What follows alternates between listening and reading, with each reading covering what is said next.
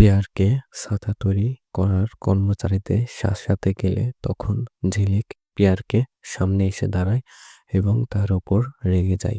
এমনটাই দেখতে চলেছেন ২ শালিক ধারাবাহিকে। ঝিলিক পেয়ারকে চ্যালেঞ্জ জানিয়ে ছাতার ব্যবসা শুরু করে দিয়েছে। এটা দেখার পরে পেয়ারকে অনেক রেগে যায়।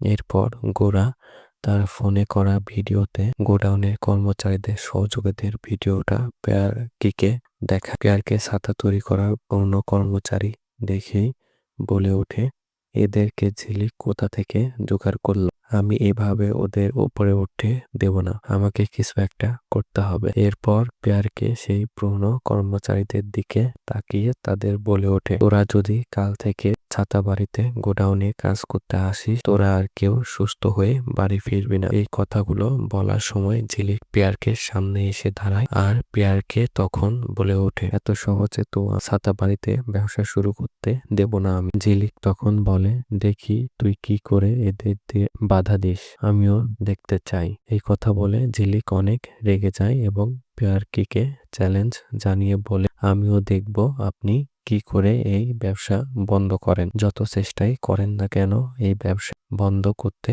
পারবেন না। আমরা কেউ থেমেও থাকবো না, আমরা মাথা উঁচু করে বাঁচবো। আমরা সবাই মিলে এই ব্যবসাকে অনেক উপরে নিয়ে যাব। দেখি আপনি কি করে থামান। তখন সকল পুরনো কর্মচারী ঝিলিকের পিছনে এসে দাঁড়ায় আর তারা সবাই মিলে বলে ওঠে, দেখি আপনি আমাদের কি করে থামান। এই কথাগুলো শুনে পেয়ারকে অনেক রেগে সে কর্মচারীদের দিকে তাকিয়ে থাকে। এমনটাই দেখতে চলেছেন নতুন পর্বে। এরকম আরো নতুন নতুন সব ভিডিও পেতে অবশ্যই আমাদের চ্যানেলটি সাবস্ক্রাইব করে রাখুন।